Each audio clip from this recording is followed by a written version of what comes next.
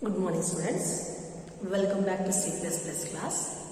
In today's class, I'll explain you about the constructors and the destructors, how the constructors and destructors will work when the inheritance is there. Means when a class is derived from another class, how constructors and destructors will work.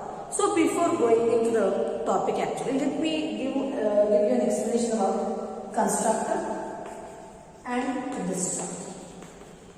Okay, so constructor is like a function only. So it is like a function only, but constructor name and class name should be same. And a constructor you no need to call when you create an object for a class. Automatically the constructor will be means it will be invoked, it will be executed. Constructor you no need to call, directly it will be executed when you create an object to a class. Okay, so that is a constructor. And when we use a constructor, if you have a common methods for you have some default methods you have for any program or any class, then we'll create that method as a constructor. Why? Because when your program execution starts, automatically the constructors will be loaded into your memory. Okay, so means the common data, and it is a compulsory data is there. For that you don't require the user to, you don't want the user to call that method. Such methods you can declare as a constructor. Okay, example, we are creating a student class. Student class, class name is common. The user don't need to give the class. Such thing you can pass as a constructor. Without calling that particular function will be executed, that you can create as a constructor. So when you create a constructor, the basic conditions are class name, constructor name should be same, and that will be automatically called when the object is created for a class. Now this is a destructor. Okay, constructor is used to initialize something, load something. Destructor is used to destroy that. This is the opposite. Okay, example, if I am given a constructor like this, I will be the destructor like this. Okay, understood? Constructor stores or creates around, but whereas destructors will delete that. Okay, only that is the difference between constructor and the destructor. Okay, so in inheritance, when one class is derived from another class, how the base class constructor will work, and how the base class derived class constructor will work, and how the base class destructor will work, and how the child class destructor will work. That is the topic today. Okay, so when you create a inheritance, when you implement inheritance, a child class may have constructor and a destructor. A parent class may have constructor and a destructor. Which one will be executed? What is the hierarchy of the execution? That we are going to discuss today. Okay, so when you have inheritance like this, class A, this is example base class. Next I am creating one more class, class B, public A. Okay, so in this B is called as a derived class and A is called as a base class or parent class. Okay, so this is the inheritance. Using the colon operator, one class can take one class can take the properties of another class. Here class B is taking properties of class A. Okay, so you understood? This is the inheritance. So here we have two classes. So in the two classes, if you have a constructor and a destructor, example you have, how that will be executed.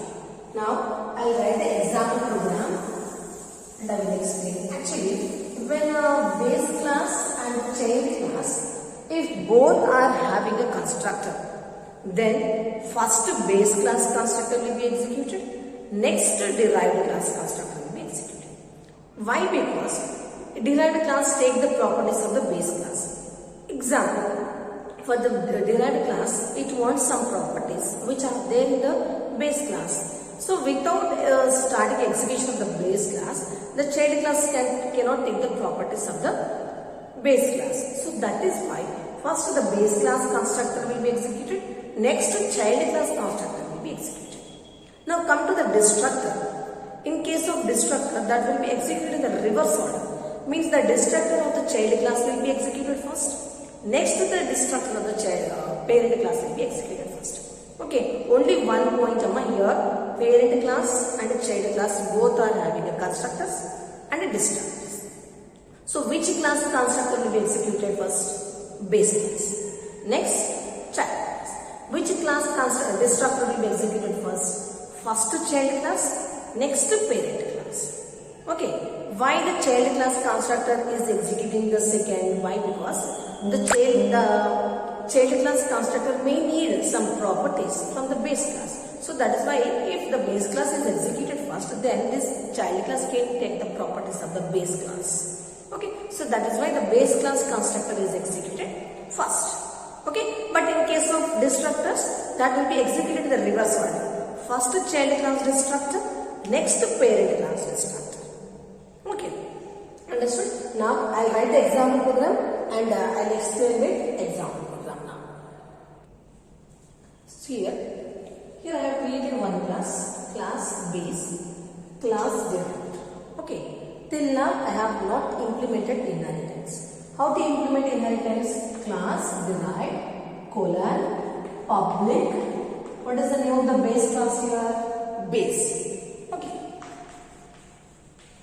Right? So here we have inheritance.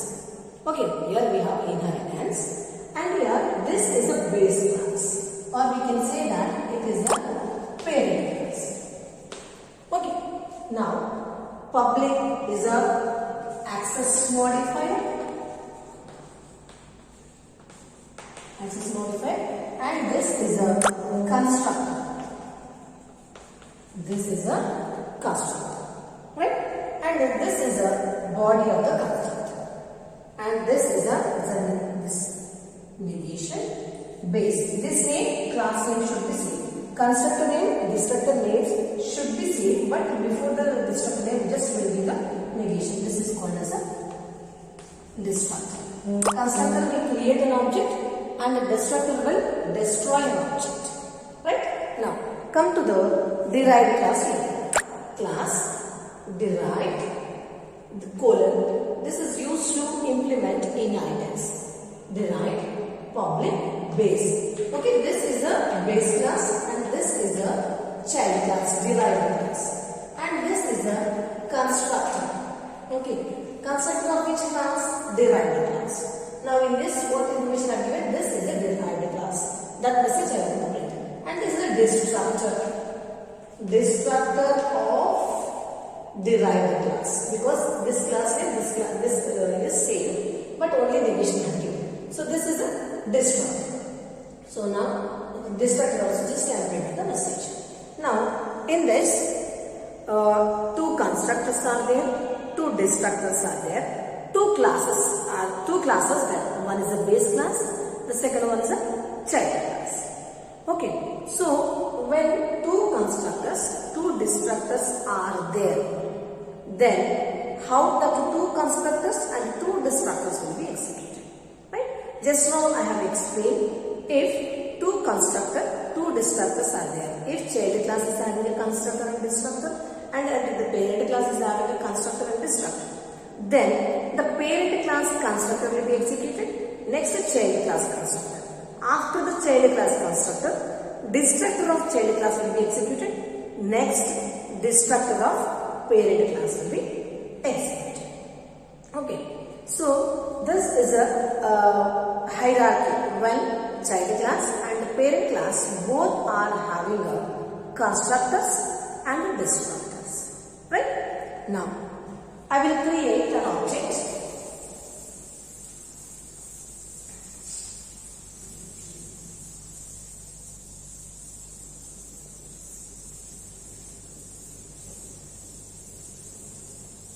Right. Now I will create an object. Right. Derived class I will create an object. Come to the main function. Int main. Inside the main function, I will create an object. Okay, we'll create an object to a class. To which class we are creating object here? Derived class. Derived, example, obj. Example. Right? Derived obj is an object. Derived is the name of the class to which you are creating an object. Right? So when you create an object, at that time only the class will get the memory. Constructor will be executed automatically. You no need to call. So here I will bring just return 0. Close it. Over. So this is an object. Object of which class? Derived class. So this is a child or derived class. So when you create an object for a derived class, no? So automatically whatever constructors, destructors are there in the derived class, base class will be executed. So when you execute this program, what output you will get? This is base class constructor. This is child class constructor. Next, this is child class destructor. This is parent class destructor. This output you will get. Okay. So this is about constructor and destructors. If base class and child class, two classes, if they are having a constructor and a destructor, then base class constructor will be executed first, next child class. Child class destructor will be executed, then the parent class destructor will be executed. So the reverse order that will be executed. Right? Okay students, welcome back to one more topic, that is the function overriding. Okay, so what is the function overriding? First, instead of giving an overall definition, I will give you the simple syntax here. Class base, this is a base class. Next class derived colon public base. Okay, this is a child class. This is a base class, parent class. This is a child class. Okay, so example, in the base class you have a method void display. Okay, next same method a child class can also create like this, void display. Or we can, this child class can take the method of the parent class. Okay, so here in base class, in child class, you have a same method. Yes, you have a same method, same return type, same number of parameters. Then that is called as a function overriding or method overriding. Okay, so if the child class and the base class is having the same name, same function name, same return type, same number of parameters, then that is called as a function overriding. But when function overriding exists, then the parent class and the child class both should have a same function, same return type, same number of parameters. Okay, understood? When a child class if function overriding exists between parent class and the child class, then whatever function name is there, no, that should be same in a parent class as well as the child class. Okay, same return type should be there, same function name should be there, same number of parameters should be there. Okay, so just you take this syntax. This concept is called as the function overriding. If base class and the child class is having the same name, then that is called as a same method, then that is called as a function overriding. Just you take screenshot of this. I will give you the example program and I will give you the explanation also how function will be executed if the parent class and the child class is having a same name and same parameter.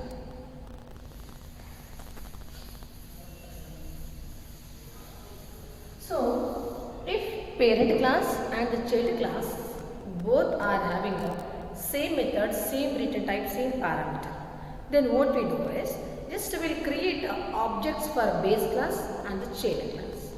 Okay, so example, you have created one object derived dr. Example, dr is an object here. If I give dr dot display, then what happened? The child class display method will be executed. Why? Because I am calling this method by using the child class object. This is a child class object. Using the child class object, I am calling this method. Okay, so that is why the child class method will only execute it. Example, one more is the method is there in the parent class. Example, dr dot show or dr dot that, and the parent class method will be executed because the child class is inherited. So child class can take the properties of the parent class. So that is why using the child class object, I am calling the parent class method. You can execute this. Okay, if it is a public. Clear? So this is about function overriding. If the parent class and the child class they are having the same name, same method name, same parameters, same data, everything is same, then that is called as a function overriding. So when the compiler starts the program execution, first it will check the object, and if object is created for the parent class, that parent class method will be executed. If the object is created for the child class, the child class method will be executed. Now we'll see the example program here. As include IO string. Next, using namespace std, we are including this module so that we can use the classes of that module. Now class base. Here inside the public, I am writing a void display. Display is the method here. One output message, cout. This is base class method, base class.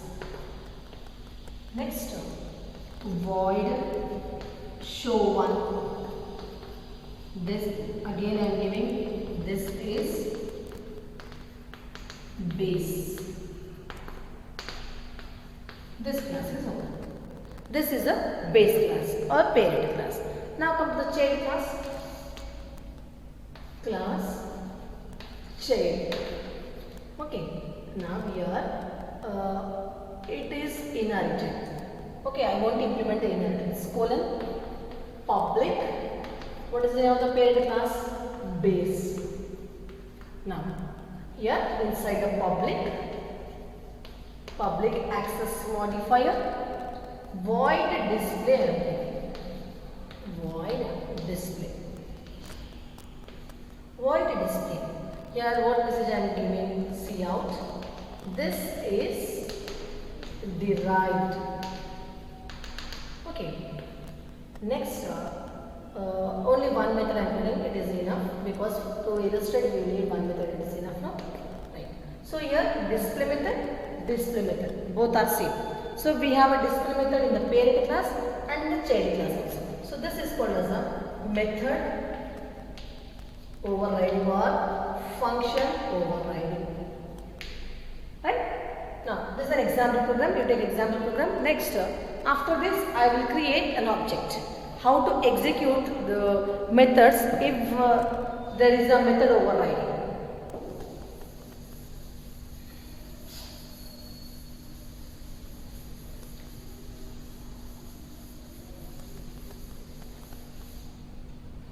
Now int main is a main function.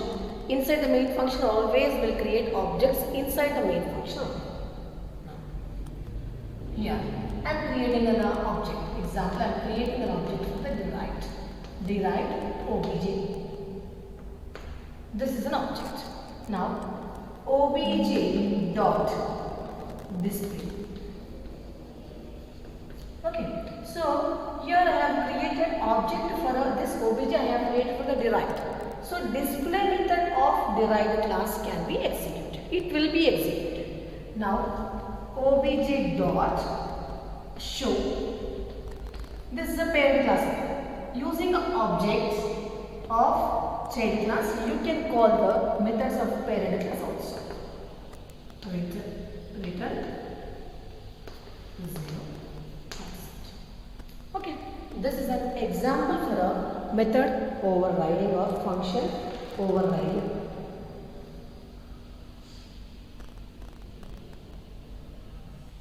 So in C++, our next topic is class hierarchies. Class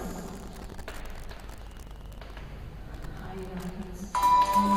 Okay, so class hierarchies means our next topic is the class hierarchies. Class hierarchies means, actually hierarchy means what? Example, your parents are there. They are in the first position. Next you are there, that is the second. Next your childs are there, that is the third one. And their childs are there, that is the fourth one. Like this. This is called as a hierarchy. Right? So if one person is taking the properties of another one, this C is taking the properties of B and A, D is taking the properties of C, B, and so this is nothing but the hierarchy. Similarly, in C++ also we have hierarchies.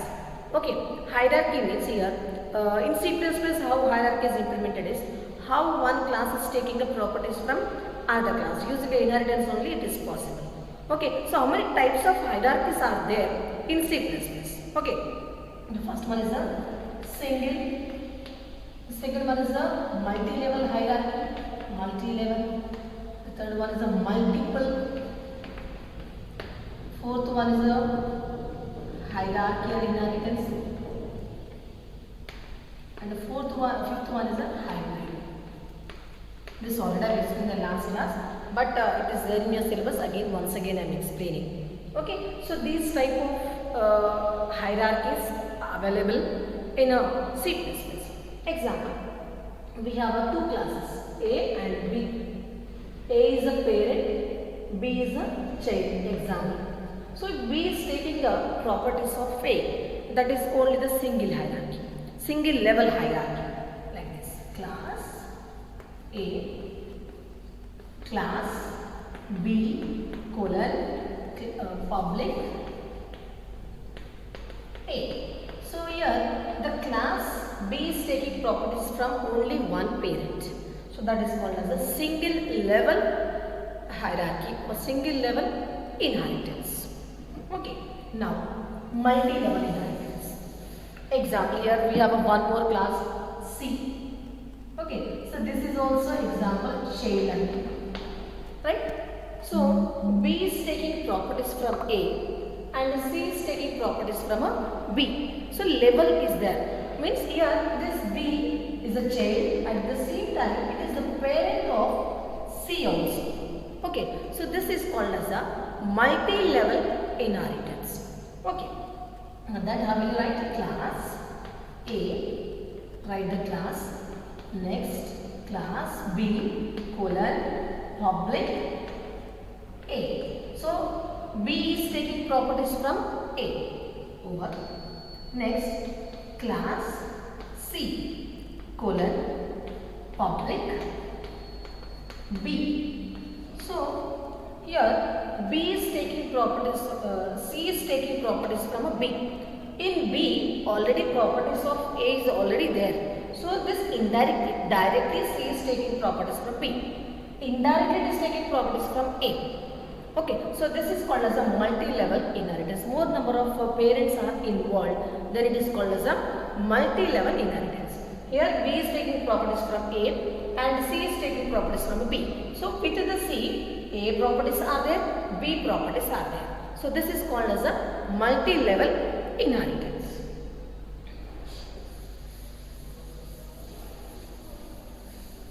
An example, one more example. Here C is a child and A and B both are parents. Example. So this child class C is taking properties from A and B. Okay, then how will you write this? Class A, these are the class properties, class A properties. Next class B, these are the class B properties. Next class C colon public A comma public B. So this class is taking two parents property. Class A is a parent, class B is also parent. So class C is taking properties of A and B. So this is called as a multiple inheritance. If a class is taking properties from two parents, more than one parent, then that is called as a multiple inheritance. Okay. The next one is hierarchical inheritance. Hierarchical inheritance, example, this is a class A. Next, this property is taken by two children. Again, these two children giving properties to the two more children. So this is called as a hierarchical inheritance. Here there are number of parents and the number of childs. Okay, so this is the hierarchical inheritance. Okay, the next one is a hybrid inheritance. Hybrid inheritance means just now I have explained single level inheritance, multi-level inheritance, multiple inheritance and hierarchical inheritance. If any inheritance is using more than one inheritance, then that is called as a hybrid inheritance. Example, if any inheritance is using a single and the same time multi-level, then that is nothing but the hybrid inheritance only. Okay, so if any inheritance is using a more than one type of inheritance, then that inheritance is called as a hybrid inheritance. Example, class A, class B, colon, class, sorry, it is a public A. This is a multi-level inheritance. Okay, now class C, colon, public B, comma, public A. Example. So here how many parents this class is having? Two parents. So this will come under multiple inheritance. Okay, here we have a single inheritance, multiple inheritance. Then this will come under the hybrid inheritance. Okay, so this is about your base class constructor, derived class constructor, how it will be executed. Okay, and the next one is class hierarchies and function overriding. Okay, so this is about today's class.